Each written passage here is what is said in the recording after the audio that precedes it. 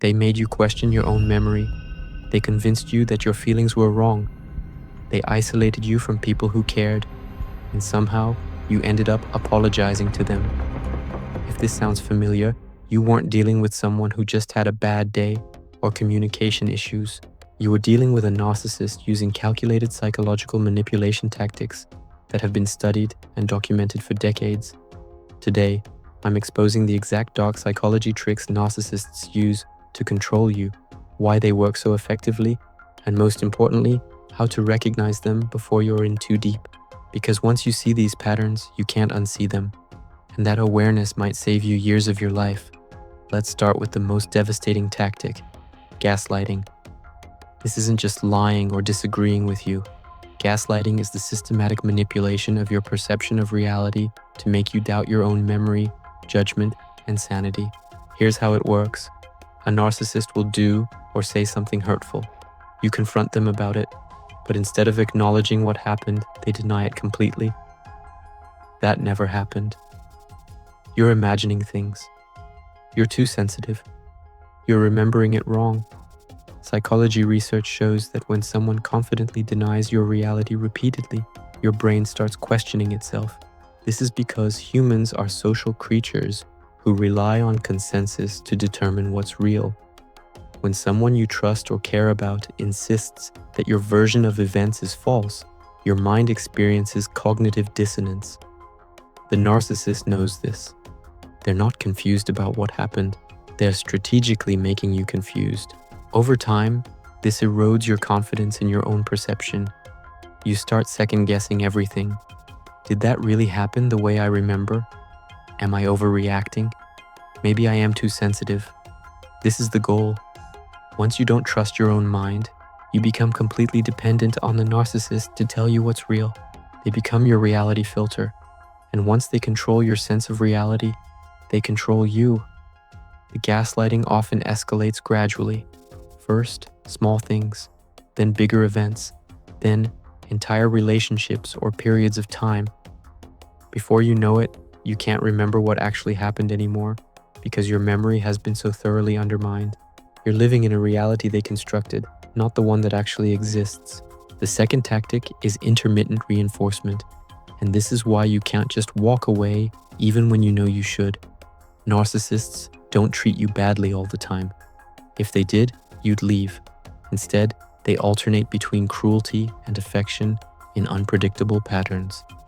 This technique is borrowed directly from behavioral psychology research on addiction.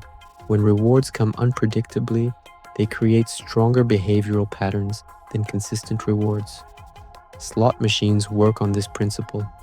You don't win every time, but you win just often enough to keep pulling the lever. A narcissist does the same thing with affection and validation. Sometimes they're charming, loving, attentive, the person you fell for. Then suddenly, they're cold, critical, distant. You don't know what changed. You desperately try to get back to the good version.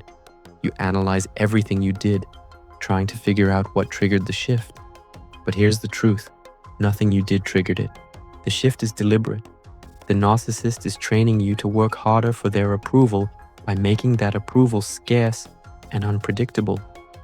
You become addicted to the good moments because they're rare and you never know when they'll come. Psychology calls this trauma bonding. The highs feel higher because the lows are so low. The relief, when they are nice to you again, creates a dopamine spike that's more powerful than consistent kindness would ever produce. You're literally being neurologically conditioned to stay, to try harder, to accept worse and worse treatment in exchange for smaller and smaller moments of affection. And the narcissist knows exactly what they're doing. They watch how you respond. When you pull away, they love bomb you back in. When you're secured again, they withdraw. They're managing you like a psychological experiment where you are the subject and they are the scientist who already knows the outcome. Third tactic, triangulation. This is where the narcissist deliberately creates jealousy and competition by bringing a third person into the dynamic. This person might be an ex, a co-worker, a friend, or even a fictional comparison. The goal is to make you feel insecure and fight for the narcissist's attention. Here's how it plays out. The narcissist will casually mention how attractive someone else is, how their ex never had a problem with this behavior, how their friend is so much easier to deal with, how other people don't make them feel the way you do, implying you're the problem. They might keep an ex hovering in the background, maintaining just enough contact to keep you anxious. They might openly flirt with others in front of you, then accuse you of being jealous or controlling when you react. They might compare you unfavorably to others, making you feel like you're constantly competing for a position you should already have. Psychology research shows that triangulation serves multiple purposes for the narcissist. First, it keeps you insecure and working for their approval. If you feel like you might be replaced, you'll tolerate more to keep them. Second, it gives them narcissistic supply from multiple sources. They get attention from you and from the third party. Third, it prevents you from feeling secure enough to set boundaries or make demands. The cruelest part is that the third person might not even be a real threat. The narcissist might be exaggerating or completely fabricating their importance. But your reaction to the perceived threat is real. Your anxiety is real. Your desperation to prove you're enough is real. And that's all the narcissist needs. You end up competing with shadows, trying to be better than people who might not even exist or might not even be interested in the narcissist. Meanwhile, the narcissist sits back and enjoys watching you fight for something you should never have to fight for. Basic respect and commitment. Fourth tactic, projection. This is where the narcissist accuses you of the exact behavior they're engaging in. If they're cheating, they accuse you of cheating. If they're lying, they call you a liar. If they're the one being controlling, they claim you're controlling them. This serves two psychological functions. First, it deflects attention from their behavior. If they can make you defensive about false accusations, you're not focusing on what they're actually doing wrong. You're too busy defending yourself to hold them accountable. Second, it creates confusion about who's actually the problem. If they accuse you of something you're not doing, and you know you're not doing it, you start questioning whether maybe they're confused because they're doing it. But before you can think that through clearly, they've shifted the conversation to your supposed wrongdoing. Psychology calls this DARVO, deny, attack, reverse victim, and offender. Suddenly, you're comforting them and apologizing when they're the one who did something wrong. This tactic is particularly effective because it exploits empathetic people. If you're someone who genuinely cares about not hurting others, being accused of harmful behavior triggers deep discomfort. You'll bend over backwards to prove you're not that kind of person, even when the accusation is completely baseless. The narcissist knows this about you and weaponizes it. Your empathy becomes the tool they use to control you. Every time they project their behavior onto you, you work harder to be better, kinder, more understanding, while they continue doing exactly what they accused you of without any accountability. Fifth tactic, love bombing followed by devaluation. This is the cycle that traps you in the beginning and keeps you hoping they'll change back into who they were. Love bombing is the initial phase where the narcissist is everything you've ever wanted. They're attentive, affectionate, seem to understand you perfectly, move fast with commitment and future plans. They mirror your values, your interests, your dreams. It feels like you found your soulmate. Psychology research shows that this intense beginning isn't authentic connection. It's a calculated performance designed to create a powerful attachment quickly. The narcissist is studying you, learning what you need, then becoming exactly that. They're creating an idealized version of themselves that you'll compare everyone else to, including their future self. Then comes devaluation. Gradually or suddenly, the person who seemed perfect becomes critical. Nothing you do is good enough.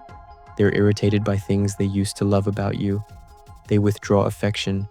They're cold, dismissive, sometimes cruel, and you're left confused because you're the same person they claimed to adore just weeks or months ago. This isn't because you changed or did something wrong. This is the narcissist's natural cycle. The love bombing was never real. It was a mask they wore to secure you. Once you're attached, invested, maybe financially or socially entangled, they don't need to maintain the performance anymore. The real person emerges, and that person is incapable of the genuine love they mimicked so convincingly. But here's why you stay. You remember how good it was in the beginning. You believe that person still exists inside them. If you just try harder, communicate better, fix whatever you supposedly did wrong, you can get back to that magical beginning phase. This hope keeps you trapped in a cycle of trying to resurrect a version of them that never actually existed. So what do you do with this information? First, understand that if you recognize these patterns, you're not crazy. You're dealing with sophisticated psychological manipulation that works on anyone, regardless of intelligence or strength. These tactics are effective precisely because they exploit normal human psychology and emotional needs. Second, understand that narcissists don't change through love, patience, or your effort. The behavior isn't a phase or a response to stress. It's a personality structure that's resistant to change because narcissists don't believe they are the problem. They genuinely see themselves as victims of everyone else's inadequacy. Third, the only way to win is not to play. You can't out-manipulate a manipulator. You can't logic someone out of a position they didn't logic themselves into. The only effective response is to recognize the pattern, accept what you're dealing with, and remove yourself from the dynamic entirely. This doesn't mean they're evil or that you should hate them. It means you acknowledge that this person is psychologically incapable of the healthy relationship you need and deserve, and you prioritize your own mental health and reality over their version of events. If you're currently in this situation, reach out to people outside the relationship. Narcissists isolate you because outside perspectives threaten their control. Talk to friends, family, or a therapist who can help you reality check what you're experiencing. Your perception isn't broken, it's been systematically undermined, but it can be restored. If this video helped you recognize patterns you've been trapped in, if it gave you language for experiences you couldn't explain, subscribe. Because on this channel, we don't just explain psychology. We give you the tools to recognize manipulation and take back control of your own mind and life.